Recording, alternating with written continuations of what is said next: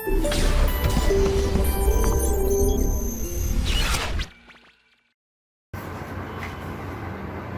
Students, सो फार हम काफ़ी कुछ पढ़ चुके हैं सेल चैप्टर में। हमने पहले बेसिक इंट्रोडक्शन से स्टार्ट किया, सेल होती क्या है, उसका काम क्या होता है, हमने उसकी बिल्कुल बेसिक इम्पॉर्टेंस देखी। उसके बाद हमने पढ़ा किस तरीके से अलग अलग साइंटिस्ट ने सेल के अलग अलग पार्ट्स को डिस्कवर किया। After that we studied cell theory, और सेल थ्योरी का modified version modern cell theory, that is cell principle. ये हमने अभी तक लास्ट लेक्चर्स तक पढ़ा है। आज के लेक्चर में हम स्टार्ट करने वाले हैं सेल के अलग अलग टाइप्स के बारे में। That means we are going to discuss types of cell. Types of cell में अलग अलग बेसिस पे हम उसे डिवाइड करेंगे। इसमें से पहला बेस जो हमने लिया है दैट इज नंबर। तो पहला बेस हमने क्या लिया? नंबर। अब नंबर को आप ध्यान से समझिए। नंबर के बेसिस पे हमने सेल को दो टाइप के ऑर्गेनिजम्स में डिवाइड कर रखा है। I am repeating, on the basis of number हमने सेल को दो टाइप के ऑर्गेनिजम्स में बेस कर रखा है। इन शॉर्ट, अगर हम देखें तो दो टाइप के ऑर्गेनिजम्स होते हैं on the basis of number. पहला जो होता है वो आप देखिए यूनिसेल्युलर ऑर्गेनिज्म। पहला क्या है? Unicellular organism. अब नाम से देखते हैं, यूनि वर्ड का मतलब होता है वन, यानी कि यूनि वर्ड का मतलब क्या हुआ? वन। सेल्यूलर वर्ड यहाँ पे क्या रिप्रेजेंट करता है? सेल। और ऑर्गेनिज्म, तो अगर हम एक साथ मिला के देखें तो क्या हुआ? One cell organism. तो जितने भी लिविंग ऑर्गेनिज्म जिनके अंदर सिंगल सेल होती है, they are made up of single cell, वैसे ऑर्गेनिजम्स क्या कहलाते हैं? Unicellular organism. अब स्पेशल बात ये है कि इनकी एक ही सेल सारा काम करती है। अगर हम जितने भी मेटाबॉलिक प्रोसेसेस को देखें तो इनके अंदर digestion, respiration, excretion, circulation, everything is controlled by one cell only. तो ऐसे ऑर्गेनिजम्स क्या कहलाएंगे? Unicellular organism. बट इम्पॉर्टेंट चीज ये है, क्योंकि सिंगल सेल ही है तो ऐसे ऑर्गेनिज्म सिंपल ऑर्गेनिजम्स होते हैं। Unicellular organism, single celled organism. पहली बात क्या है? इनके अंदर कितनी सेल होती है? एक सेल होती है। They are made up of one cell. Example bacteria and amoeba. इसका एग्जाम्पल क्या है हमारा? Bacteria and amoeba. अब दो इंपॉर्टेंट बात जो हमें नोट करनी है, दो इंपॉर्टेंट बात जो अभी मैंने आपको बताई। सबसे पहली चीज, जो यूनिसेल्युलर ऑर्गेनिजम्स होते हैं वो कैसे ऑर्गेनिजम्स होते हैं? Simple organisms. They are simple organisms. And next point जो आपको याद रखना है कि सिंगल सेल ही है जो पूरी बॉडी का मेटाबॉलिज्म रेगुलेट करती है। तो बॉडीज मेटाबॉलिज्म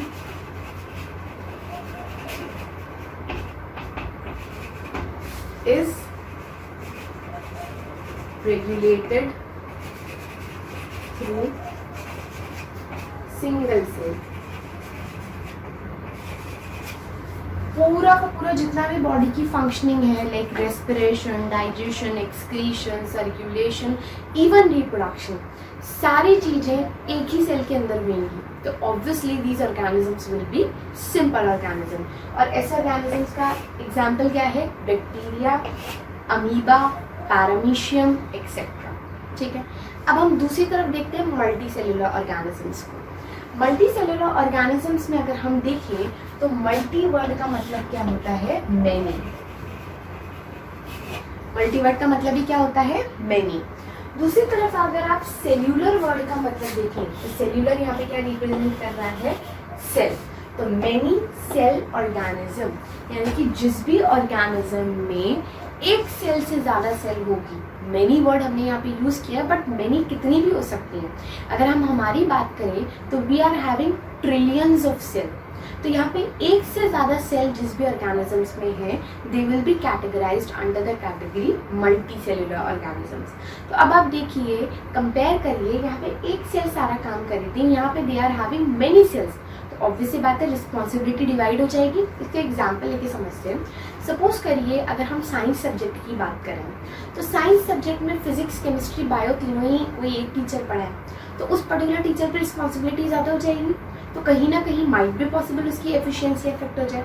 तो वो सिंपल है। इसी को कंपेयर करके देखिए, यूनिसेल्युलर में एक ही सेल सारा काम कर रही है, रिप्रोडक्शन भी वही कर रही है, रेस्पिरेशन भी यही कर रही है, सर्कुलेशन भी वही हो रहा है।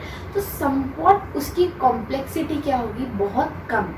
ऑन द अदर हैंड अगर हम मल्टी सेलुलर में देखें तो नंबर ऑफ सेल्स क्या है, ज़्यादा है। अगर नंबर ऑफ सेल्स ज़्यादा हैं तो एफिशिएंसी, कॉम्प्लेक्सिटी बढ़ जाएगी। तो ऐसे ऑर्गेनिजम्स जो मल्टी सेलुलर ऑर्गेनिजम्स होते हैं, तो ये यहाँ पर सिंपल था, तो इधर की साइड ये कैसे हो जाएंगे, complex organism. So multicellular as compare to unicellular क्या होते हैं, complex. I'm again repeating, as compared to unicellular, multicellular complex होते हैं। बट अभी जब मैं आपको एक और टाइप के बेसिस पे डिफरेंशिएट करूंगी तो मैं आपको इस टर्म को दोबारा अच्छे से समझाऊंगी। Till then you have to remember, as compare to unicellular, multicellular organisms are complex and they are more efficient towards other जितनी भी चीज़ें हैं they are more efficient to it। दूसरी तरफ अगर हम देखें तो यहाँ पे मल्टीपल सेल है, मल्टीपल सेल है तो रिस्पॉन्सिबिलिटी डिवाइड होती है। तो यहाँ पर आप देखेंगे कि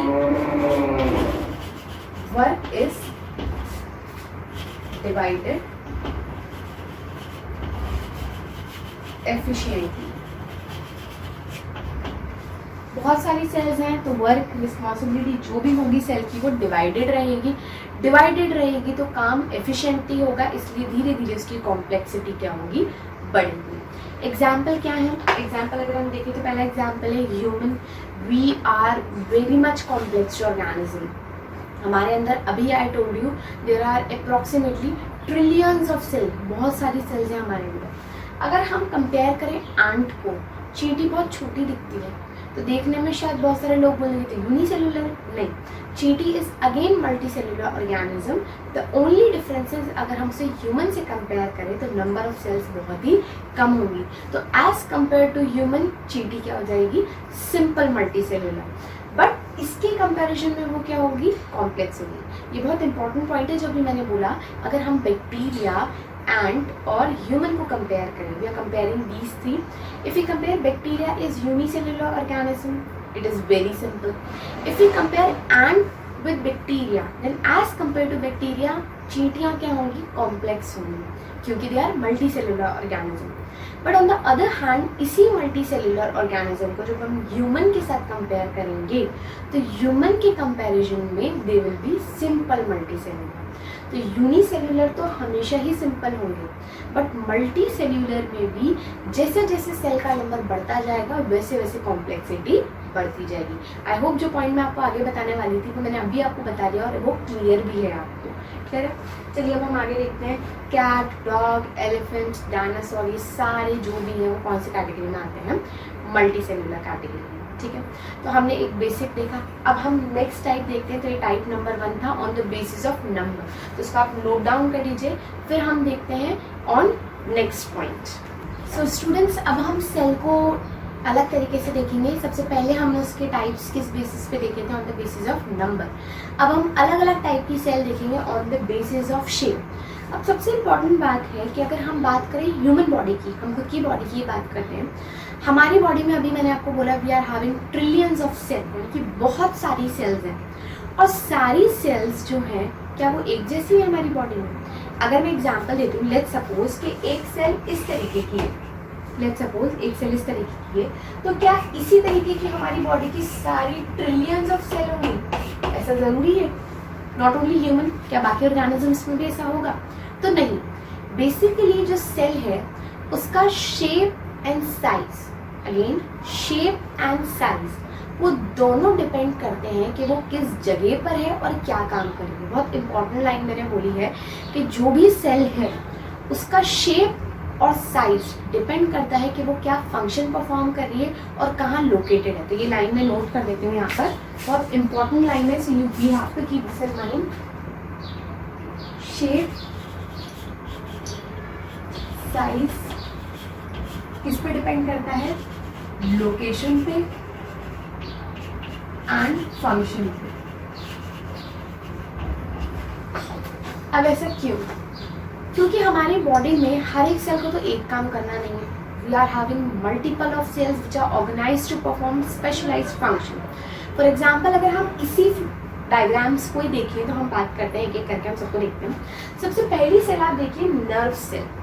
नर्व सेल अगर हम देखें तो हमारे कौन से सिस्टम का पार्ट है? हमारे प्रॉपर अगर हम देखें तो नर्व सेल्स जो हैं, जो ब्रांच्ड हैं, तो हमारे कौन से सिस्टम का पार्ट है? अगर हम देखें तो हमारे नर्वस सिस्टम का पार्ट है। Nerve cells are part of our nervous system.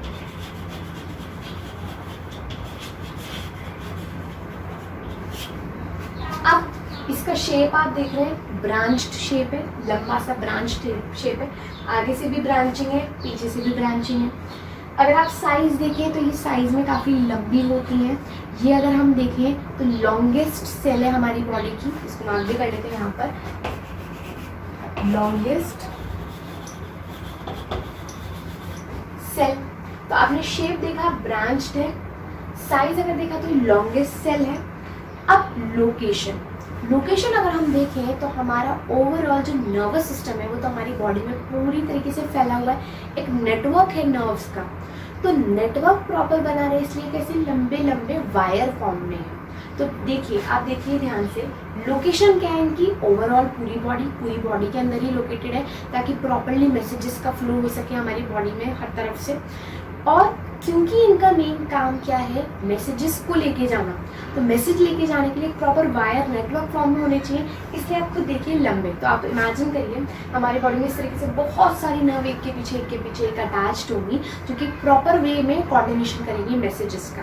तो आप देखिए फंक्शन के अकॉर्डिंग हर एक सेल जो है वो अपना शेप गेन करती है, वो अपनी एक पर्टिकुलर साइज मेंटेन करती है on the basis of the particular location and the function they are performing. अब हम दूसरी सेल को देखते हैं। हम यहाँ पे दूसरी सेल देख रहे हैं, स्मूथ मसल सेल, जो कि स्पिंडल शेप की दिख रही है अब आपको। ये स्मूथ मसल सेल क्या है? हमारे जो ओवरऑल मस्कुलर सिस्टम होता है उसके अंदर 3 डिफरेंट टाइप की सेल्स होती हैं। पहली सेल जो होती है वो होती है स्केलेटल सेल। स्केलेटल सेल्स वो होती हैं जो कि कंबाइन करके वो मसल्स फॉर्म करती हैं जिससे कि थ्रू हम वॉलंटरी एक्शन लेते हैं। इसका मतलब समझिए, ये वाला जो पार्ट है ये मैं खुद मूव कर पा रही हूँ, क्योंकि मैं खुद मूव कर पा रही हूँ तो दिस इज वॉलंटरी। तो ये वाला जो पार्ट है, यहाँ पे जो मसल्स हैं वो कौन से पार्ट टाइप की मसल्स हैं? यहाँ पर स्केलेटल मसल्स, ठीक है। अब मैंने यहाँ पर क्या बनाया? Smooth muscle. स्मूथ मसल कौन सी मसल्स होती हैं? ये वो वाली टाइप की मसल सिस्टम की सेल्स हैं जो कि हमारे कंट्रोल में नहीं होती, यानी कि इनवॉलंटरी पार्ट। अगर हम देखें हमारी बॉडी में इंटरनली बहुत सारे ऐसे ऑर्गन सिस्टम्स हैं जिन्हें हम कंट्रोल नहीं कर सकते, तो वहाँ पे जो सेल टाइप होगी मसल की वो कौन सी होगी?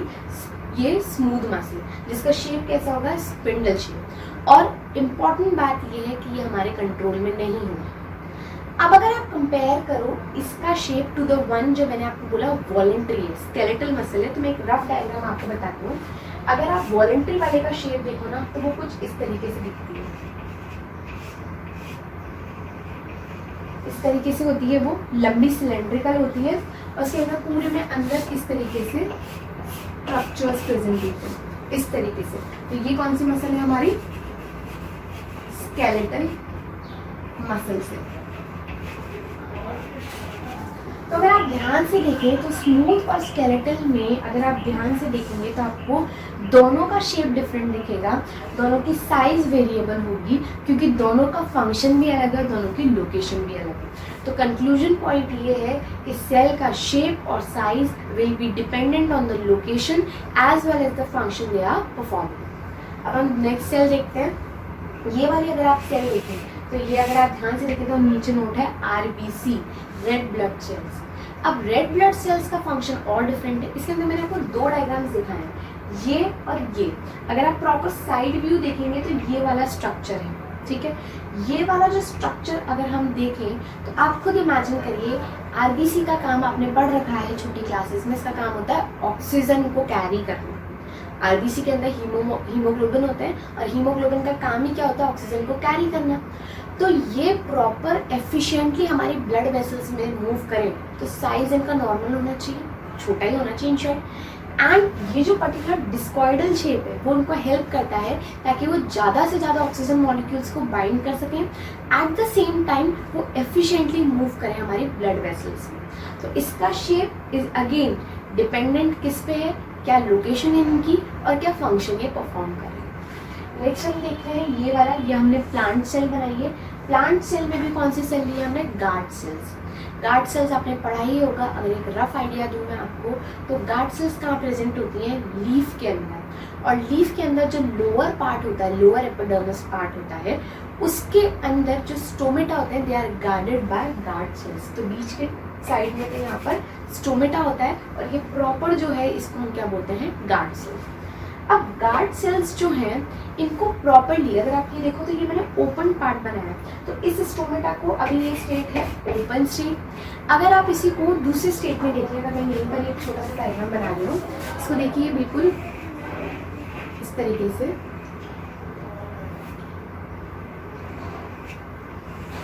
वापस से मैंने यही सेम स्ट्रक्चर बनाया, बट बीच में से ये बहुत ज़्यादा थिकन्ड होगा और एकदम से मुंह बंद सा दिखेगा आपको। यही सेम स्ट्रक्चर में मैंने ये वाला माउथ ओपन रखा है और इसी सेम स्ट्रक्चर में इंटरनल माउथ मैंने बंद किया है। तो क्योंकि ये जो गार्ड सेल्स हैं इनका फंक्शन ही क्या होता है कि स्टोमेटा की ओपनिंग एंड क्लोजिंग को रेगुलेट करती हैं। ओपन और क्लोज स्टोमेटा को करने का काम किसका है, गार्ड सेल्स का। तो इसलिए इनकी शेप प्रॉपर्ली डिफाइंड है ताकि प्रॉपर्ली स्टोमेटा को एज रिक्वायर्ड ये ओपन कर पाएँ और एज रिक्वायर्ड ये क्लोज कर पाएँ। तो अगेन इम्पॉर्टेंट पॉइंट ये है कि इनका जो ओवरऑल स्ट्रक्चर है अगेन किस पे डिपेंडेंट है कि क्या फंक्शन परफॉर्म करें। नेक्स्ट अगर हम देखें तो यहाँ पर ये वाला जो पार्ट है अगेन ये प्लांट सेक्शन से हमने लिया है। दिस इज अनियन सेल जो कि फ्लैट दिख रही है आपको। अगर आप ये देखिए तो इसको आप एक तरीके से मान के चलिए कि ये कैसे बन सकता है। अगर आप एक प्याज लेंगे, प्याज के अंदर आप छोटा सा आपको वाइट थिन ट्रांसपेरेंट लेयर दिखती है प्याज को, अगर जब हम अनलेयर करते हैं तो वो जो थिक पतली सी आपको लेयर दिखती है, झिल्ली दिखती है जो, अगर आप उसको पूरा का पूरा स्लाइड फॉर्म में ऑब्जर्व करें माइक्रोस्कोप के अंडर तो वो कुछ इस तरीके से ऑब्जर्व करते हैं। लास्ट टाइम मैंने आपको बताया भी था कि अगर हम लाइट माइक्रोस्कोप यानी कि कंपाउंड माइक्रोस्कोप को जब यूज़ करते हैं तो हमें सिंपल दिखती हैं चीज़ें। और मैंने इसी टाइप का एक डायग्राम बनाया था जिसके अंदर मैंने बोला था कि सिंपल सेल वॉल ऑब्जर्व कर पा रहे हैं, ये बीच वाला एरिया साइटोप्लाज्म है एंड ये जो पूरा डार्केंड एरिया हमने बनाया this is the nucleus part. तो ये जो पूरा का पूरा डायग्राम है ये हमारा कंपाउंड माइक्रोस्कोप की ऑब्जर्वेशन होती है अनियन पील की। और अगर आप ध्यान से देखें तो सारे स्ट्रक्चर कैसे हैं, इसलिए हर एक सेल कैसी है, फ्लैट है। तो अलग अलग शेप है। इसको अगर आप देखो तो स्पिंडल शेप है, इसको अगर आप देखो तो डिस्कॉइडल है, इसको अगर आप देखो तो बीन शेप्ड है, this one is flattened, this one is branch and so on. इस तरीके की हर टाइप की अलग अलग सेल अपना शेप और ओवरऑल साइज गेन करेगी अलग अलग काम के अकॉर्डिंग। तो ये मैंने आपको डायग्राम के थ्रू से समझाया। अब हम नोट कर लेते हैं ओवरऑल कैसे कैसे शेप हमें ऑब्जर्व करने को मिलते हैं। तो please draw these diagram. Meanwhile मैं अब लिखना स्टार्ट करती हूँ कौन कौन से अलग अलग आपको cells with their shapes observe करने को मिलती हैं। तो देखिए मैंने अलग अलग सेल्स और उनके शेप्स लिख रखे हैं। This is being copied from the module only ताकि हम एक एक को डिस्कस कर सकें। हम सबसे पहले स्टार्ट करते हैं फ्लैटेंड स्किन सेल। हमारी जो स्किन सेल, ये वाली जो अपर सेल्स होती हैं स्किन सेल, एकदम फ्लैट स्ट्रक्चर मेंटेन करती हैं। इंटरनली वो फ्लैट स्ट्रक्चर मेंटेन करती हैं। तो ऐसी सेल्स क्या हैं, फ्लैटेंड सेल। नेक्स्ट अगर हम देखें columnar cells lining the intestine. Columnar column जैसी, तो जो सेल्स इस तरीके की लंबा लंबा अरेंजमेंट शो करती है, लंबा कॉलम जैसा इस तरीके का अरेंजमेंट जो शो करती है वैसी सेल्स क्या दिखाती हैं, columnar arrangement in the cells. Example है सेल लाइनिंग द इंटेस्टाइन, यानी कि जो भी सेल हमारी इंटेस्टाइन को लाइन करती है वो कैसी होती हैं, कॉल्यूमिनर सेल्स होती हैं। और ये क्या करता है, इसे ओवरऑल उस जगह को हेल्प आउट करता है ताकि प्रॉपर एफिशिएंटली एब्जॉर्प्शन हो सके एंड सीक्रेशन हो सके। तो ज़्यादातर ऐसे कॉल्यूमिनर शेप जो होता है वहाँ पर या तो कुछ एब्जॉर्ब हो रहा होता है या सीक्रेट हो रहा होता है। ठीक है, आगे हम देखते हैं डिस्कॉइड। डिस्कॉइड शेप अभी मैंने आपको यहाँ पे एक्सप्लेन किया था आरबीसी का। इस तरीके से इसका आपको व्यू दिखता है और साइड व्यू आपको इस तरीके से नोट करते हैं हम, इस तरीके से का होता है। और ये क्यों होता है, ताकि वो एफिशिएंटली ब्लड वेसल्स में से पास हो सके और हमारी बॉडी की ऑक्सीजन के कैरिंग कैपेसिटी जो है वो प्रॉपरली मेंटेन हो सके। अब हम दूसरी तरफ देखते हैं next spherical egg of many animals. ज़्यादातर हम अंडे देखते हैं वो कैसे होते हैं, स्फेरिकल, ऐसे लंबे से इस तरीके के स्ट्रक्चर्स होते हैं। इस तरीके से जो हम जनरली अंडे देखते हैं वो इस तरीके के ही होते हैं।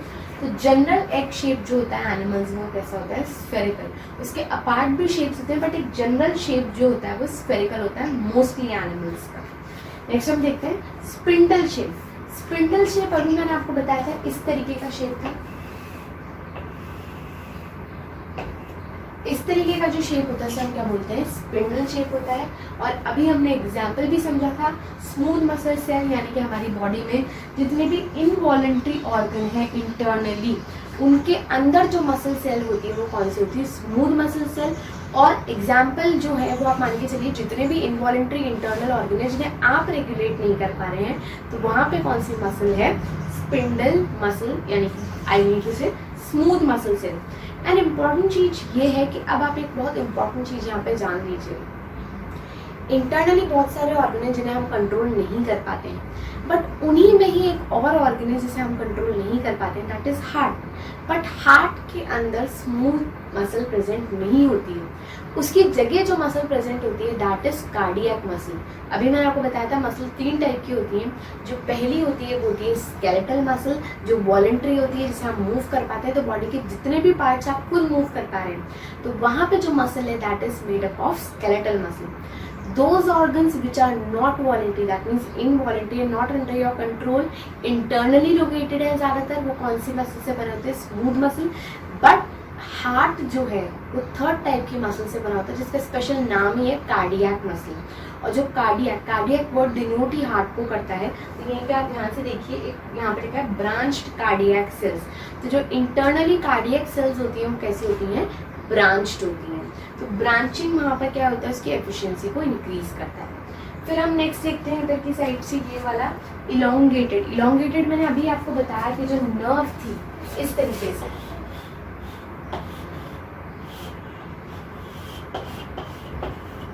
इस तरीके से हमने स्ट्रक्चर देखा था। और ये इलोंगेटेड का मतलब यहाँ पे क्या था, लंबा। As well as one more thing कि ये ब्रांच्ड भी होती है। इससे पहले मैंने वर्ड यूज किया था ब्रांच्ड और यहाँ पे मैंने वर्ड यूज किया elongated. Please don't be confused. जो नर्व है तो लंबी है, इलोंगेटेड है, plus at the same time आप उसके अंदर ब्रांचिंग भी देखेंगे आगे और पीछे वाले एंड पे। तो ये इलोंगेटेड भी है, एट द सेम टाइम आप इसे ब्रांच्ड भी कह सकते हैं। ठीक है, ये अपन ने देखी लिया है। Next bean shape guard cells आपने स्टोमेटा की देखी थी, अभी हमने देखा था कि ये जो स्ट्रक्चर था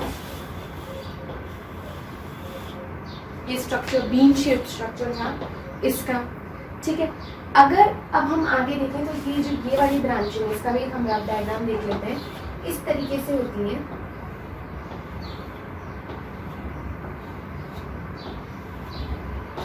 इस तरीके से ब्रांचिंग होती है।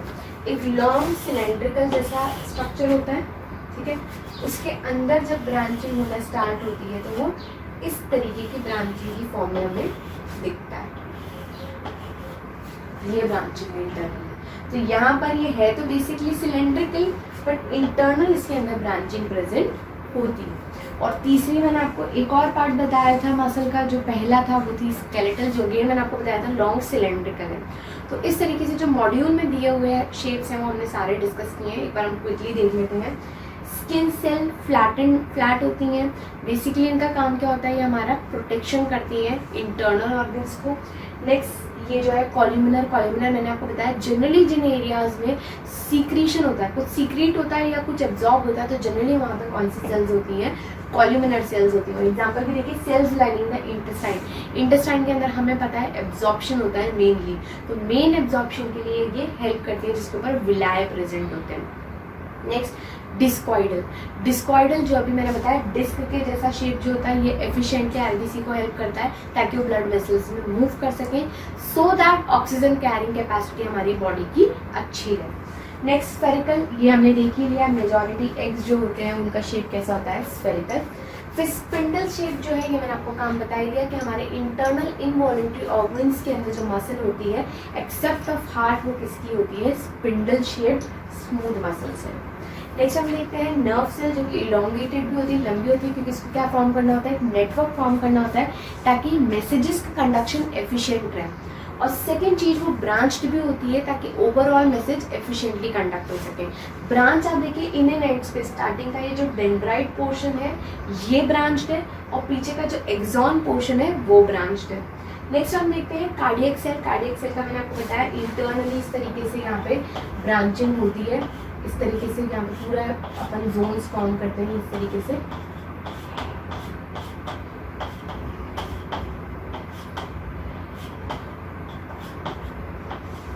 ये इंटरनली ब्रांचिंग हो गई और ये जो ब्रांचिंग है ये कहाँ पे प्रेजेंट है, कार्डियक मसल्स में, जो कि कहाँ प्रेजेंट होती है, हार्ट में। नेक्स्ट अगर हम देखें तो बीन शेप्ड कहाँ है, बेसिकली मैंने अभी आपको बताया था प्रॉपरली स्टोमेटा टाइम पे ओपन हो सके और क्लोज हो सके, इसी के लिए गार्ड सेल का प्रॉपर स्ट्रक्चर कैसा होता है, बीन शेप्ड होता है, जो कि इसको प्रॉपरली यूं बंद रखता है जब उसे क्लोज करना है स्टोमेटा को, और जब ओपन करना है तो एफिशिएंटली वो स्ट्रेच आउट करके उसको ओपन कर देता है। तो अभी हमने देख लिया सेल्स को on the basis of number, फिर हमने देखा उनको on the basis of shape. तो अब हम आगे बढ़ते हैं, इसे क्विकली आप नोट डाउन करिए। तो अभी हमने देखा कि सेल के अलग अलग शेप होते हैं, सिमिलरली सेल के साइज़ भी बहुत डिफरेंट होते हैं। आपको अभी डिजिट्स याद नहीं रखने कि इसका साइज़ क्या है, आपको एक जनरलाइज वे में पता होना चाहिए कि अलग अलग सेल जो है उनका साइज़ भी अलग अलग होता है। तो ये लाइन मैंने यहाँ पे लिखी दी है, शेप और साइज़ जो है वो वेरी करता है और डिपेंड करता है कि उसकी लोकेशन क्या है और फंक्शन क्या है। अब जनरली इतना डिटेल में अपन को इसमें जाना ही नहीं है, तो हमें सिर्फ सिंपल चीज़ें याद रखनी है। सबसे स्मॉलेस्ट सेल कौन सी होती है, सबसे स्मॉलेस्ट सेल होती है पीपीएलओ सेल, या इसका दूसरा नाम होता है माइकोप्लाज्मा। तो जो पीपीएलओ टर्म है उसका मतलब क्या होता है, पीपीएलओ टर्म का मतलब होता है pleuro pneumonia like organism. P से प्लूरो, पी से निमोनिया, एल से लाइक, ओ से ऑर्गेनिज्म। तो पीपीएलओ ऑर्गेनिजम्स जो हैं बेसिकली दे आर बैक्टीरिया, और वो सबसे छोटे ऑर्गेनिजम्स होते हैं, उनका दूसरा नाम क्या होता है, माइकोप्लाज्मा। नेक्स्ट हम देखते हैं लॉन्गेस्ट एंड लार्जेस्ट। तो आप याद करिए जब अभी हमने नर्व सेल का डायग्राम बनाया था काफ़ी लंबी लिखी थी, तो हमारी बॉडी में सबसे लॉन्गेस्ट सेल जो होती है वो कौन सी होती है, नर्व सेल। और ओवरऑल अगर आप देखें तो सबसे बड़ी सेल कौन सी होती है, ऑस्ट्रिच का एग। ये तीनों बातें हमें याद होनी चाहिए। तो अब अपन ने, मैं आपको क्विकली फटाफट बता देती हूँ कि हमने बिल्कुल बेसिक इंट्रोडक्शन जो पार्ट था सेल का वो कंप्लीट कर लिया। तो हमने यहाँ पे अब ये भी देख लिया, अभी टॉपिक में हमने ये भी डिस्कस कर लिया कि अलग अलग टाइप की सेल्स होती हैं, अलग अलग बेसिस पे उन्होंने डिवाइड कर रखा है। अगर हम नंबर के बेसिस पे डिवाइड करें तो यूनिसेल्यूलर, मल्टीसेल्यूलर होती हैं। अगर हम शेप के बेसिस पे, साइज के बेसिस पे डिवाइड करें तो अभी हमने मल्टीपल शेप एंड साइज देखे अलग अलग ऑर्गेनिज्म के। अब ये था ओवरऑल पूरा इंट्रो पार्ट। अब हमें स्टार्ट करना है मेन पार्ट के अंदर। तो अब हम जो स्टार्ट करने वाले हैं next topic, that is structure of cell. But उससे पहले हमें एक बेसिक चीज़ देखनी पड़ेगी कि हमने अभी यूनिसेल्यूलर एंड मल्टीसेल्यूलर के बारे में बात की। तो जब हमने यूनी एंड मल्टी के बारे में बात की तो यूनी के अंदर तो थी कितनी सेल, एक सेल। तो अगर सेल ही एक होगी तो क्या उसके अंदर कोई ऑर्गेनाइजेशन होगा, नहीं। Single cell will be in sole power, यानी कि एक ही सेल और वही सारा काम संभाल रही है।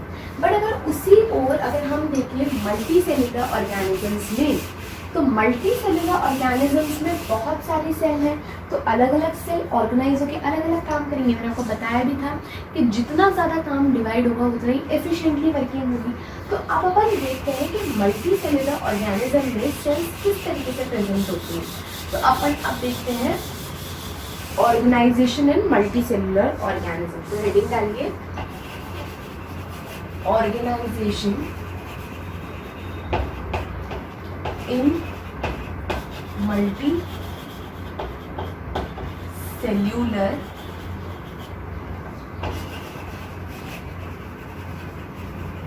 ऑर्गेनिज्म। तो क्योंकि हम ऑर्गेनाइजेशन की बात करें तो सबसे पहले हम स्टार्ट करते हैं सेल लेवल पे।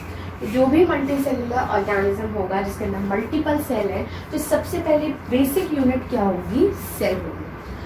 ग्रुप ऑफ सेल्स, बहुत सारी सेल्स जो हैं वो एक ग्रुप फॉर्म करके क्या फॉर्म करती है, टिश्यू। यानी कि सबसे पहले बेसिक तो क्या है, सेल, और बहुत सारी सेल ने एक ग्रुप फॉर्म किया और क्या फॉर्म कर लिया, टिश्यू। और ये जो टिश्यू है ये स्पेशलाइज्ड काम करना स्टार्ट कर देते हैं। इसी तरीके से ग्रुप ऑफ टिश्यू जो है they join together to form organ, particular organ. और ऐसे बहुत सारे ऑर्गन जो एक सिंक्रोनाइज्ड वे में काम करते हैं together they form as organ system. और ओवरऑल बॉडी में सारे ऑर्गन सिस्टम जुड़ के क्या फॉर्म कर देते हैं, ऑर्गेनिज्म। ठीक है, तो cell, tissue, organ, organ system, organism. तो बेसिक यूनिट जब हम स्टार्ट करते हैं वो क्या होती है, सेल होती है। उसके बाद जब हम देखें तो कौन सी यूनिट होती है, टिश्यू होती है। उसके बाद organ, then organ system and then organism. तो एक एग्जाम्पल लेके समझते हैं हम अपने अंदर ही। हम पहले ऑर्गेनिज्म से स्टार्ट करते हैं। तो ऑर्गेनिज्म हमने यहाँ पे क्या लिया एग्जाम्पल, ह्यूमन। ह्यूमन हमने एज ऑर्गेनिज्म कंसिडर किया। ऑर्गन सिस्टम लाइक सपोज मैं यहाँ पर अपना डाइजेस्टिव सिस्टम एज्यूम कर लेते हैं। डाइजेस्टिव सिस्टम भी देख सकते हैं हमारे अंदर, सर्कुलेटरी सिस्टम है, एक्सक्रीटरी सिस्टम है, we are having multiple system. तो यहाँ पर एक आपने जो अभी देखा था, एक एग्जांपल में और लेती हूँ, नर्वस सिस्टम, क्योंकि इसकी एक ही अभी आपने सेल देखी थी। तो डाइजेस्टिव सिस्टम के अंदर बहुत सारे ऑर्गन्स होंगे, मल्टीपल ऑर्गन होंगे। आप देखो तो माउथ भी होगा, फूड पाइप भी होगा, फिर स्टमक होगा, स्मॉल इंटेस्टाइन होगा, लार्ज इंटेस्टाइन होगा, एनस होगा, मल्टीपल ऑर्गन है, सारे जॉइंट है एक साथ और ऑर्गन सिस्टम फॉर्म करें। तो ऑर्गन हमने देख लिया, mouth, food pipe, small intestine, large intestine, फिर एनस। अब जब आप इसके अंदर स्पेसिफिक टिश्यू देखेंगे तो yes they do have specific tissue. जब स्पेसिफिक टिश्यूज के बारे में आप पढ़ेंगे तो ओवरऑल एनिमल्स के अंदर 4 टाइप की टिश्यू होती है। पहली टिश्यू जो है वो है मस्कुलर टिश्यू, नेक्स्ट है नर्वस टिश्यू, तीसरी है कनेक्टिव टिश्यू और चौथी है एपिथेलियल टिश्यू। तो ये 4 टाइप की टिश्यूज हमारे अंदर होती हैं, muscular tissue, nervous tissue, connective tissue, epithelial tissue. बच्चों जो भी मैं एक्स्ट्रा बातें बताती हुई चलती हूँ तो अभी के अभी याद कर लीजिए, क्योंकि सारी चीज़ें 9th में आप डिटेल में पढ़ने वाले हैं। तो muscular tissue, nervous tissue, connective tissue, epithelial tissue की जगह भी हम देख लेते हैं। मस्कुलर टिश्यू अभी मैंने आपको बता दिया, मसल 3 टाइप की होती हैं। पहली होती है हमारी स्केलेटल टिश्यू, सेकेंड हमने पढ़ा स्मूथ टिश्यू और तीसरी हमने पढ़ी कार्डियक टिश्यू। कार्डियक मसल, तीनों ही कौन सी किसका टाइप है, मस्कुलर टिश्यू का टाइप है, पढ़ लिया हमने। नेक्स्ट हमने देखा नर्वस टिश्यू। नर्वस टिश्यू की बेसिक यूनिट क्या है, नर्व्स है। तो अगर आप इन्हीं को ही इन चारों में देखें तो अभी आप इजीली समझ जाएंगे। मस्कुलर टिश्यू में आपने 3 टाइप की सेल्स अभी ही पढ़ी थी। पहली आपने पढ़ी थी स्मूथ मसल सेल, सेकेंड हमने पढ़ी थी स्केलेटल मसल सेल और तीसरी हमने पढ़ी थी कार्डियक मसल सेल। तो पढ़ लिया आपने, बेसिक तो आप अभी से ही पढ़ रहे हैं टिश्यू का। नेक्स्ट आप देखें नर्वस टिश्यू। तो नर्वस टिश्यू की बेसिक यूनिट क्या थी, nerves were what, nerve cell were basic unit. फिर नेक्स्ट अगर हम देखें तो कनेक्टिव टिश्यू। तो कनेक्टिव टिश्यू के अंदर आप पढ़ते हैं ब्लड बोन। तो अभी आप पढ़ेंगे ब्लड, फिर इसके अंदर बोन भी पढ़ते हैं हम, कार्टिलेज भी पढ़ते हैं इसके अंदर हम। तो ऐसे बहुत सारी चीज़ें पढ़ेंगे, एरियर टिश्यू पढ़ेंगे, एडिपोज टिश्यू पढ़ेंगे। तो कनेक्टिव टिश्यू हो गया हमारा। एपिथेलियल टिश्यू क्या होता है, ओवरऑल प्रोटेक्टिव टिश्यूज होते हैं। तो इसके अंदर ये आपको अभी शायद थोड़ा समझ ना आए, पर एपिथेलियल टिश्यू के अंदर होती हैं कॉल्यूमिनर टिश्यूज, जो भी हमने डिस्कस की थी। अगर आप याद करिए, कॉल्यूमिनर टिश्यू हमने डिस्कस की थी जो कि लाइनिंग फॉर्म करी थी स्टमक के अंदर। इस तरीके से क्यूबॉइडल टिश्यू भी होती है इसके अंदर। तो क्यूबॉइडल सेल होगी इसके अंदर, कॉल्यूमिनर सेल होगी उसके अंदर। तो इस तरीके से ओवरऑल जो है वो पूरा प्रॉपर्ली सिंक्रोनाइज्ड वे में है मल्टी सेलुलर ऑर्गेनिज्म में। तो ऑर्गेनिज्म हमने यहाँ पे डिस्कस किया ह्यूमन। ह्यूमन के अंदर बहुत सारे ऑर्गन सिस्टम है, digestive system, nervous system, cardiac, circulatory system, reproductive system, nervous system, सारे सिस्टम्स ही हैं। सारे सिस्टम में स्पेसिफिक ऑर्गन है। अगर हम डाइजेस्टिव सिस्टम में देखें तो माउथ से लेकर एनस तक अलग ऑर्गन है। नर्वस सिस्टम में हम देखें तो ब्रेन है, स्पाइनल कॉर्ड है। फिर अगर हम रिप्रोडक्टिव सिस्टम में देखें तो मेल सेक्सुअल ऑर्गन्स हैं, फीमेल ऑर्गन्स हैं, दोनों वेल सेपरेटेड हैं। फिर अगर हम रेस्पिरेटरी सिस्टम में देखें तो नोज़ है, लंग्स है, इतने अलग अलग ऑर्गन्स हैं। तो हर सिस्टम के अंदर स्पेसिफिक ऑर्गन है। तो organ system is made up of organ. और ये जो ऑर्गन आप देख रहे हैं ये प्रॉपर टिश्यूज से मिलके बने हैं। तो हर ऑर्गन में अलग अलग टिश्यू हो सकती है। तो मेजरली ह्यूमन के अंदर कितने टाइप की टिश्यूज होती हैं? 4। यही याद कर लीजिए। पहली है muscular tissue, second is nervous tissue, third is connective tissue and the fourth one is epithelial tissue. Muscular tissue कौन सी है? जो हमारी मसल्स फॉर्म कर रही है। और कितने टाइप की सेल्स होती है इसके अंदर? 3 अलग अलग टाइप की सेल्स होती है। Smooth muscle cell, skeletal muscle cell, cardiac muscle cell. दूसरी तरफ अगर आप नर्वस टिश्यू देखें तो नर्वस टिश्यू की सेल क्या होगी? नर्व सेल्स, जिनका काम क्या है? कंडक्शन ऑफ इम्पल्स, इनका वर्क है। कनेक्टिव टिश्यू, नाम से पता चल रहा है किसी चीज़ को कनेक्ट करने वाली। तो हमारी बॉडी में जितनी भी टिश्यूज़ कनेक्ट करती हैं, फॉर एग्जांपल अगर हम देखें तो ब्लड हमारी बॉडी को कनेक्ट ही कर रहा है, नीचे वाले पार्ट को ऊपर वाले पार्ट से कनेक्ट कर रहा है। तो कनेक्टिव टिश्यू जो है वो ओवरऑल कनेक्ट करने का काम करते हैं। इसके अंदर बहुत सारी सेल्स टिश्यूज़ हैं। फॉर एग्जाम्पल एरुलर टिश्यू है, एडिपोज टिश्यू है, बोन है, स्केलेटन है, कार्टिलेज है। तो all of them are tissues and even they are made up of cells. तो अगर हम देखें ब्लड, तो ब्लड के अंदर भी सेल्स हैं। RBC is a cell, WBC is a cell, platelet is a cell, ठीक है। फिर अगर हम बोन देखें तो बोन के अंदर भी सेल्स हैं, बोन सेल्स है। स्केलेटल सिस्टम में बोन्स हैं, बोन्स भी बोन सेल की बनी हुई है। तो इस तरीके से ये जो चारों टिश्यू हैं they all are made up of unit cells. तो इस तरीके से बहुत कॉम्प्लेक्स फॉर्म में डिफाइन होता है मल्टी सेलुलर ऑर्गेनिजम्स का overall body structure and function. तो इसीलिए जैसे जैसे ऑर्गेनिज्म यूनिसेलुलर से मल्टी सेलुलर बनता गया उसकी कॉम्प्लेक्सिटी धीरे धीरे बढ़ती गई। और इसी को अगर आप मल्टी सेलुलर ऑर्गेनिज्म में देखेंगे तो जो सिंपल वाले मल्टी सेलुलर होंगे उनके अंदर के ओवरऑल अरेंजमेंट सिंपल फॉर्म में होगा, और मल्टी सेलुलर ऑर्गेनिजम्स जो होंगे कॉम्प्लेक्स वाले उनके अंदर के ओवरऑल सिस्टम और एफिशिएंटली कॉम्प्लेक्स फॉर्म में अरेंज्ड होगा। तभी एफिशिएंसी हमारी बेटर है एज कम्पेयर टू चींटी। चींटी के पास दिमाग इतना एफिशिएंट है क्या? नहीं, पर हमारे अंदर हम दिमाग देखें तो बहुत एफिशिएंट है। क्यों? क्योंकि एज कम्पेयर टू चींटी, चींटी में भी है, दिमाग नहीं है, बट ये बेसिक जो है वो समझती है। तो बेसिक जो उनके अंदर अगर हम देखें तो नर्वस सिस्टम बेसिकली डिफाइंड है, पर प्रॉपर दिमाग के बेसिस में डिफाइंड है। सोचने समझने की बहुत अच्छी वाली जो पावर है वो हमारे अंदर है। तो जैसे जैसे कॉम्प्लेक्सिटी बढ़ी ओवरऑल चीज़ें बहुत बढ़ी और डिफाइंड होती गई, और ओवरऑल फंक्शनिंग क्या होती गई? इंक्रीज होती गई। अब इस टॉपिक के साथ ये जो मल्टी सेलुलर ऑर्गेनाइजेशन है इसके साथ अब हम स्टार्ट करते हैं एक बहुत इम्पॉर्टेंट टॉपिक जो मेंशन नहीं हो मॉड्यूल के अंदर, फिर भी हमें पता होना चाहिए कि सेल्स न्यूक्लियस के बेसिस पे 2 टाइप के होते हैं, जो मैं आपको पहले भी बता चुकी हूँ। तो इसके बाद अब आप एक हेडिंग डाल लीजिए जिसका आपको रफ आइडिया होना चाहिए।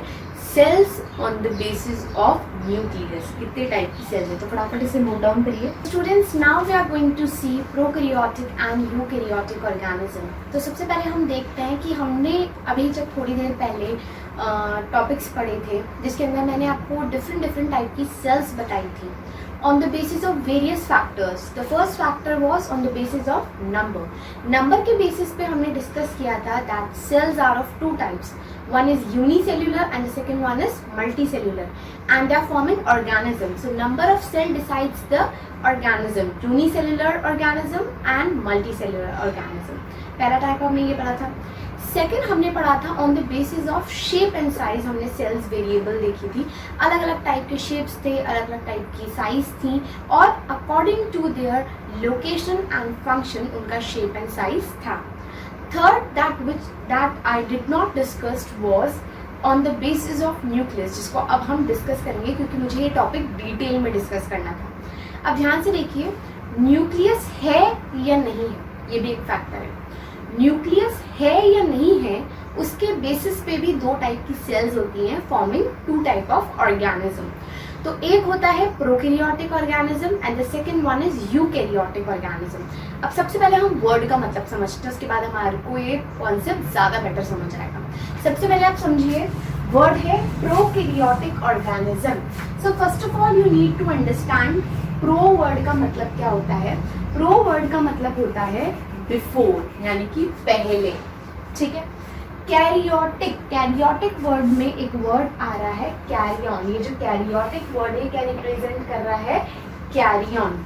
और न्यूक्लियस वर्ड का ही दूसरा नाम क्या होता है? Carry on. तो अगर हम एक साथ पढ़े तो क्या हुआ? Before nucleus, before carry on, यानी कि वो ऑर्गेनिज्म जिनकी कॉम्पोजिशन में न्यूक्लियस नहीं था, न्यूक्लियस से पहले वाले ऑर्गेनिजम्स कौन से कहलाते हैं? Prokaryotic organism. Now you should wonder, actually में आपके दिमाग में आना चाहिए कि न्यूक्लियस को तो मैंने बॉस बोला था सेल का, न्यूक्लियस ही नहीं है सेल के अंदर।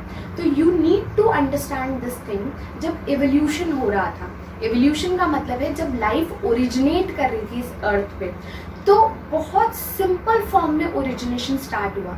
हमेशा कोई भी चीज़ जो होती है जब वो डेवलप होती है तो पहले सिंपल फॉर्म होता है, slowly and gradually it becomes complex form.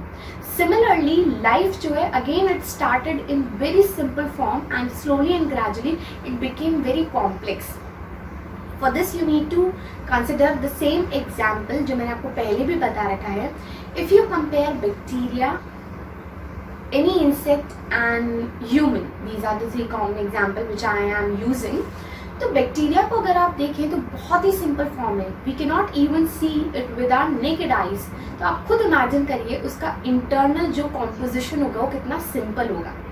Second, अगर आप किसी भी इंसेक्ट को इमेजिन करें तो इंसेक्ट की as compare to bacteria body जो होगी वो कॉम्प्लेक्स होगी, because it is multicellular. So basically वो क्या है? Simple multicellular. अगर अब आप ह्यूमन से कंपेयर करो तो वो क्या है? सिंपल है। तो एज कंपेयर टू बैक्टीरिया तो वो क्या हो गया? Complex. But as compare to human क्या हो गया? Simple multicellular. तो जैसे जब लाइफ ओरिजिनेट हुई थी, अर्थ ओरिजिनेट हुई थी, धीरे धीरे लाइफ ओरिजिनेट हो रही थी, तो जो सबसे पहले लाइफ फॉर्म आई थी वो क्या थी? बहुत ही simple life form, and that was prokaryotic life form. अब इसके अंदर क्या होता है इसको अपन अभी समझेंगे डिटेल में, बट अभी आपको याद रखना है बिफोर न्यूक्लियस, यानी कि जिन भी ऑर्गेनिजम्स में न्यूक्लियस प्रेजेंट नहीं होता वो कौन से ऑर्गेनिज्म होते हैं? Prokaryotic organism. And second thing, जब एवोल्यूशन के टाइम पे लाइफ ओरिजिनेट हुई थी, so they were the first organism that evoluted on earth, जिनका अराइज हुआ था अर्थ पे, ओरिजिन हुआ था अर्थ पे। क्लियर है? अब हम दूसरी साइड पहले देखते हैं यूकैरियोटिक वर्ड का मतलब क्या होता है। अगेन यूकैरियोटिक में कैरियोटिक वर्ड क्या रिप्रेजेंट कर रहा है? न्यूक्लियस, एंड यहाँ पे यू रिप्रेजेंट करता है हैव न्यूक्लियस। ठीक है, तो यूकैरियोटिक ऑर्गेनिजम्स वो ऑर्गेनिजम्स होते हैं दे which have a proper well defined nucleus।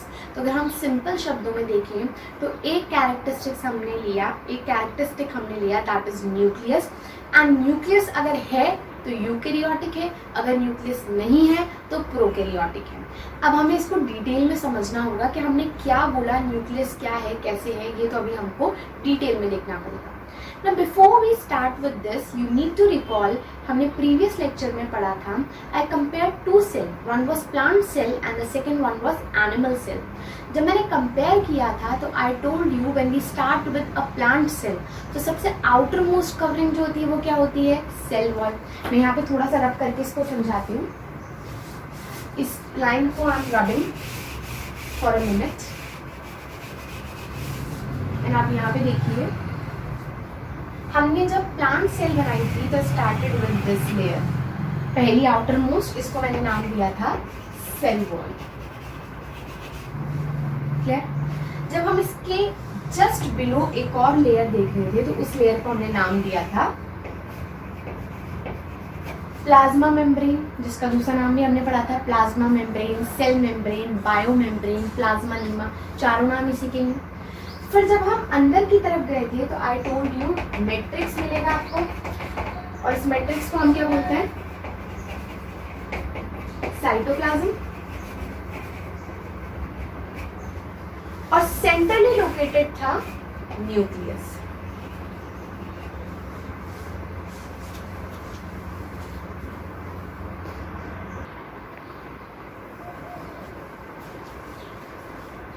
तो हमने देखा यहाँ पर इस तरीके का सिंपल स्ट्रक्चर था। तो न्यूक्लियस यहाँ पर अगर आप ध्यान से देखिए तो इसकी एक बाउंड्री है, आप ध्यान से देखिए, ये जो मैंने स्ट्रक्चर बनाया, जब मैंने इसे न्यूक्लियस मार्क किया, इस लोकेशन को जब मैंने न्यूक्लियस मार्क किया, so I have made a boundary around it. तो न्यूक्लियस की जो बाउंड्री होती है, जो उसको सराउंड करती है, उसको हम क्या बोलते हैं? Nuclear membrane. इसको हम क्या बोलते हैं? Nuclear membrane. So nuclear membrane is what? It is a membrane which surrounds nucleus, जो साइटोप्लाज्म से न्यूक्लियस के कंटेंट को सराउंड अलग करती है। इसको ऐसे समझिए, हमारी पूरी गली है, गली में सबका अपना अपना घर है, सबके घरों में अपना अपना कमरा है। तो मैं अपने घर की बात करती हूँ, मेरा जो कमरा है तो इसी घर में, बट सराउंडेड है प्रॉपर वॉल से। तो मुझे पता है कि हाँ, ये बाउंड्री बन गई और ये मेरा कमरा बन गया। तो I have my content separate in my room.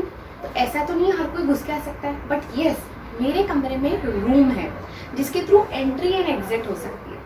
तो ओवरऑल घर में मेरा रूम जो है वो सेपरेट हो गया। क्यों? क्योंकि मेरा जो रूम है it is surrounded by wall. Similarly जो न्यूक्लियस है उसके अंदर का कंटेंट भी साइटोप्लाज्म से क्या हो गया? सेपरेट। क्यों? क्योंकि it is surrounded by a wall like membrane. Clear है? और उसे हमने यहाँ पे क्या नाम दिया है? Nuclear membrane. I hope it is clear कि हमें घर में जब भी अपने रूम को सेपरेट करना है तो हमने किस बेसिस पे किया? हमने बाहर दीवार बना दी, दीवार से हमारा रूम सेपरेट हो गया। सिमिलरली न्यूक्लियस के अंदर भी यही चीज है कि न्यूक्लियस को अपना कंटेंट साइटोप्लाज्म से अलग करना है, तो उसने क्या कर लिया? एक बाउंड्री बना ली। It is a part of cell only, है हमारा कमरा भी इस घर का पार्ट ही, बट सेपरेट है। सिमिलरली सेल का पार्ट ही है न्यूक्लियस, बट सेपरेट है साइटोप्लाज्म से। क्यों? क्योंकि उसने एक बाउंड्री क्रिएट करी। I hope it is clear. अब जब बाउंड्री क्रिएट हो चुकी है तो इसके अंदर का जो मटेरियल है वो न्यूक्लियस के अंदर ही प्रेजेंट होगा, साइटोप्लाज्म में नहीं प्रेजेंट होगा। Instead of it will be present in nucleus only. ऐसा सेम कॉन्सेप्ट आपको इमेजिन करना है यूकैरियोटिक ऑर्गेनिज्म के अंदर। यूकैरियोटिक ऑर्गेनिज्म में मैंने आपको प्लांट सेल भी बताई है, एनिमल सेल भी बताई है, और अभी हम और ऑर्गेनिजम्स को भी ऐड ऑन करेंगे। तो तब तक के लिए आप याद रखिए कि यूकैरियोटिक जो ऑर्गेनिज्म हैं उनके अंदर B it be plant, animal, protista, fungi, कोई सा भी हो, ये अभी मैं आपको और बताऊंगी, वहां पर जो न्यूक्लियस है उसके बाहर एक मेम्ब्रेन प्रेजेंट है जिसे हम क्या बोलते हैं? Nuclear membrane. और वो क्या कर रहा है? न्यूक्लियस का जो भी कंटेंट है उसको साइटोप्लाज्म से अलग करके प्रॉपर्ली न्यूक्लियस के अंदर रखता है। ठीक है? ऐसे ऑर्गेनिज्म जिनके अंदर न्यूक्लियस जो है वो वेल डिफाइंड हो, और न्यूक्लियस वेल डिफाइंड कब होगा? जब न्यूक्लियर मेम्ब्रेन प्रेजेंट होगी। और जब न्यूक्लियर मेम्ब्रेन प्रेजेंट होगी तो जो न्यूक्लियस का कंटेंट है वो प्रॉपर्ली पूरा वेल डिफाइंड न्यूक्लियस में प्रेजेंट होगा। आई होप इट इज क्लियर। दूसरी तरफ जब आप प्रोकैरियोटिक ऑर्गेनिज्म को देखेंगे तो प्रोकैरियोटिक ऑर्गेनिज्म में बस अब आपको इतना सा इमेजिन करना है, लेट्स सपोज ये जो न्यूक्लियर मेम्ब्रेन मैंने यहाँ पे व्हाइट बनाई है उसको आप इमेजिन करिए मैंने सिंपली रब कर दिया। ये आपने इमेजिन किया, मैंने इसको सिंपली क्या कर दिया? रब कर दिया। अब जब मैंने इसे रब किया तो ये जो मटेरियल है जो न्यूक्लियस का ही है, अब वो कहाँ बिखर जाएगा? पूरे के पूरे साइटोप्लाज्म में। तो यहाँ पे जो न्यूक्लियर मटेरियल है वो कहाँ स्कैटर हो गया है? साइटोप्लाज्म में। तो यहाँ पर न्यूक्लियस नहीं है। न्यूक्लियस क्यों नहीं है? क्योंकि न्यूक्लियर मेम्ब्रेन नहीं है। तो इसका मतलब ये नहीं कि न्यूक्लियस के अंदर का कंटेंट नहीं है, सिंपली न्यूक्लियस के अंदर का कंटेंट बाउंड नहीं हो पाया न्यूक्लियर मेम्ब्रेन से, तो वो सिंपली कहाँ सराउंड हो गया है? साइटोप्लाज्म के अंदर। अब इसी चीज को हम सेम रीड करते हैं और देखिए ध्यान से देखिएगा। Prokaryotic they do not have well defined nuclear membrane. इनके पास न्यूक्लियस के अंदर का कंटेंट तो है पर न्यूक्लियर मेम्ब्रेन नहीं है। न्यूक्लियर मेम्ब्रेन नहीं है तो जो भी न्यूक्लियर कंटेंट है it will be actually scattered in the cytoplasm. Nucleus नहीं है इसका एक्चुअल मतलब ये है कि न्यूक्लियर का कंटेंट है जो कि स्कैटर्ड है साइटोप्लाज्म में, और क्या एब्सेंट है? न्यूक्लियर मेम्ब्रेन एब्सेंट है। Next, nuclear material is scattered in the cytoplasm. ये बात मैंने अभी आपको बता दी कि जो भी न्यूक्लियस के अंदर का मैटर है, जो मटेरियल है, it is scattered in the cytoplasm. तो ऐसे ऑर्गेनिज्म, अब आप खुद इमेजिन करिए, न्यूक्लियस है, कंटेंट है, पर न्यूक्लियस नहीं है। तो आप इमेजिन करिए यहाँ पे एक तरीके से देखा जाए तो प्रॉपर वेल डिफाइंड न्यूक्लियस नहीं है, जब वेल डिफाइंड न्यूक्लियस नहीं है तो ओवरऑल आप खुद इमेजिन करिए ऑर्गेनिज्म सिंपल होगा कि कॉम्प्लेक्स होगा, क्योंकि मैंने आपको पहले ही बता दिया न्यूक्लियस का जो काम है वो क्या है, प्रॉपर रेगुलेट करना फंक्शनिंग सेल की। तो यहाँ पे वही नहीं है, तो सेल एज कंपैरेटिवली आप इमेजिन करिए सिंपल होगी कि कॉम्प्लेक्स, ऑब्वियसली सिंपल। तो प्रोकैरियोटिक ऑर्गेनिजम्स जो हैं वो बहुत ही सिंपल ऑर्गेनिज्म होते हैं। तो यहाँ पर हम नेक्स्ट पॉइंट भी लिख लेते हैं, दे आर सिंपल ऑर्गेनिज्म। और इसका आप एक इम्पॉर्टेंट एग्जाम्पल अभी याद रखेंगे, वो है बैक्टीरिया। क्लियर? दूसरी तरफ जब हम देखेंगे यूकैरियोटिक ऑर्गेनिज्म, तो यूकैरियोटिक ऑर्गेनिज्म को अब हम रीड करते हैं, they have well defined nuclear membrane, यानी कि nucleus is properly surrounded by a membrane that is called as nuclear membrane. Now since nuclear membrane is present, that is why the content inside the nucleus is not scattered in the cytoplasm, instead of it is properly present in the nucleus. तो यही है next point, nuclear material is bounded in nucleus, वो scattered नहीं है, वो bounded है, वो nucleus आपको प्रॉपर्ली दिख रहा है। क्लियर? अब आप खुद इमेजिन करिए कि जब न्यूक्लियस प्रॉपरली बना हुआ है तो as compare to prokaryotic cell, eukaryotic cell will be complex and more developed than prokaryotic. तो ये जो यूकैरियोटिक ऑर्गेनिज्म होते हैं ये क्या होते हैं, कॉम्प्लेक्स होते हैं, than prokaryotic. As compare to prokaryotic ये क्या होते हैं, कॉम्प्लेक्स होते हैं। और यूकैरियोटिक के केस में एग्जाम्पल सारे के ही देख लेते हैं हम, फंजाई भी होते हैं, dog, cat, human, plants etcetera, ये सारे होते हैं। ठीक है, अब कुछ और पॉइंट्स हैं जो आप यहाँ पर अब नोट, इसको पहले नोट करिए, मैं कुछ और पॉइंट्स समझा रही हूँ आपको प्रोकैरियोटिक एंड यूकैरियोटिक के अंदर। तो आप सबसे पहले इसके अंदर हम और भी पढ़ेंगे थोड़ा सा, तो आप इसे फटाफट नोट डाउन कर लीजिए। तो नेक्स्ट पॉइंट्स जो आपको नोट डाउन करने वो ही है, prokaryotic organism are simple organism, ये हमने पहले ही समझ लिया। Eukaryotic organism they are complex as compare to prokaryotic organism. Second है they are unicellular and eukaryotes में they are both unicellular and multicellular. Very very important point, अब इसको हम अच्छे से समझते हैं। प्रोकैरियोटिक ऑर्गेनिज्म और यूकैरियोटिक ऑर्गेनिज्म को आप अच्छे से समझिए इस पॉइंट के बेसिस पे। पॉइंट मैंने बोला आपको कि सेल जो है उसका बॉस है न्यूक्लियस। ठीक है, अब प्रोकैरियोटिक ऑर्गेनिज्म में वेल डिफाइंड न्यूक्लियस ही नहीं है। ठीक है, चलो नहीं है, एक्सेप्ट कर लिया। अब कैसे कैसे एक सेल जो है वो अपना काम चला रही है, it is running it's work properly. Now can you imagine इसी न्यूक्लियस के बिना दो सेल्स काम चला सके? दो सेल का मतलब है एक ऑर्गेनिज्म में दो सेल हो या उससे ज़्यादा सेल हो पर उनके पास न्यूक्लियस नहीं है। तो आप इमेजिन कर पा रहे हो कि एक पर्टिकुलर ऑफिस जो है वो बिना पॉज के नहीं चल सकता। सिमिलरली यहाँ पर अगर इसने काम चला लिया तो क्या मल्टीपल सेल्स चला सकती हैं बिना न्यूक्लियस के काम? Obviously not. तो जो प्रोकैरियोटिक ऑर्गेनिज्म है वो हमेशा यूनिसेल्यूलर ही होते हैं, they can not be multicellular organism. So prokaryotic unicellular, eukaryotic can be unicellular and can be multicellular. एक बार न्यूक्लियस डेवलप हो गया तो यूनिसेल्यूलर भी बन सकता है वो ऑर्गेनिज्म, वो मल्टीसेल्यूलर भी बन सकता है। बट अगर न्यूक्लियस नहीं है तो पर्टिकुलरली वो सिर्फ और सिर्फ क्या रह सकता है, यूनिसेल्यूलर। इस पॉइंट को बहुत अच्छे से याद रखिए क्योंकि 9th क्लास में जब आप चैप्टर पढ़ेंगे डाइवर्सिटी, तो डाइवर्सिटी में आप पढ़ेंगे कि ओवरऑल जितने भी लिविंग ऑर्गेनिज्म इस अर्थ पे उनको टोटल 5 किंगडम में डिवाइड किया हुआ है। इसको आप डिटेल में पढ़ेंगे 9th में। और उन 5 किंगडम में से मैं आपको नाम बताती हूँ। पहले का नाम है Monera, second is protista, third is fungi, fourth is Plantae and fifth is animalia. तो पहला जो मोनेरा है वो मोनेरा बेसिकली कौन है? बैक्टीरिया है। जितने भी बैक्टीरिया हैं उन सबको इसमें डाल दिया किंगडम मोनेरा में। एंड स्पेशल बात ये है कि वो पूरा का पूरा किंगडम, उसके दो इम्पॉर्टेंट कैरेक्टर्स हैं कि वो प्रोकैरियोटिक होते हैं एंड यूनिसेल्युलर होते हैं। तो ये जो आपने एग्जांपल यहाँ पे बैक्टीरिया लिखा है, आप फ्यूचर 9th के लिए अभी से ही याद कर लीजिए कि ओवरऑल जो बैक्टीरिया है वो कौन से किंगडम के अंदर आते हैं? Kingdom Monera. Clear?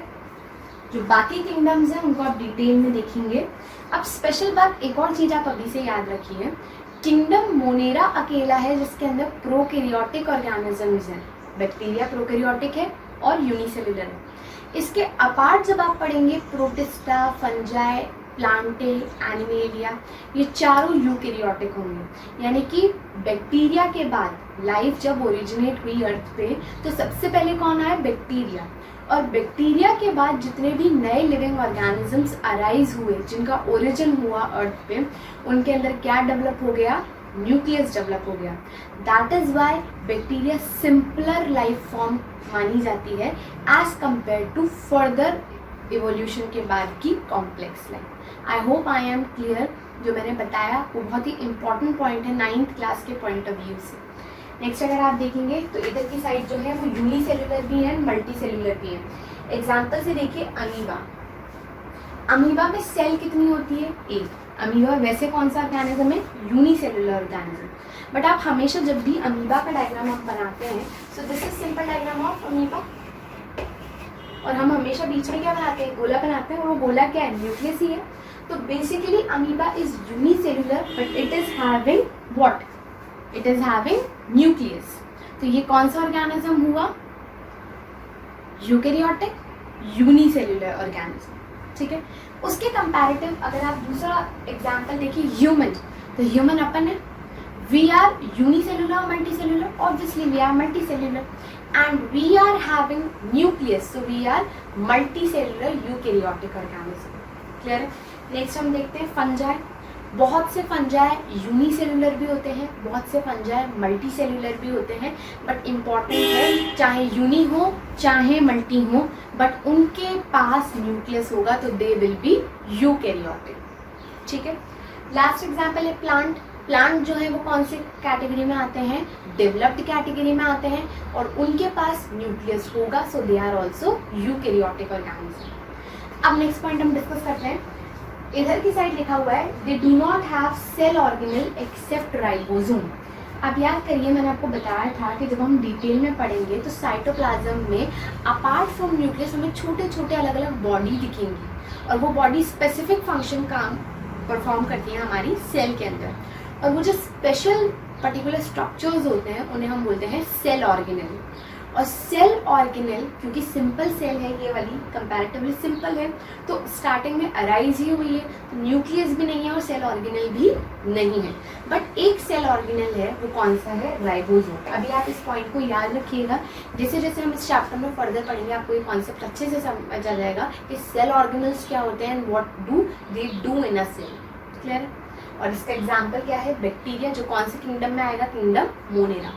On the other hand इधर की साइड हम देखते हैं दे हैव सेल ऑर्गेनेल, इनके पास सेल ऑर्गेनेल्स होते हैं जो कि स्पेसिफिक फंक्शन परफॉर्म करते हैं सेल के अंदर। क्योंकि सेल ऑर्गेनेल हैं इसलिए काम हो रहे हैं, काम एफिशिएंटली हो रहे हैं, तो धीरे धीरे वो कॉम्प्लेक्स बन गए and they are better as compare to them.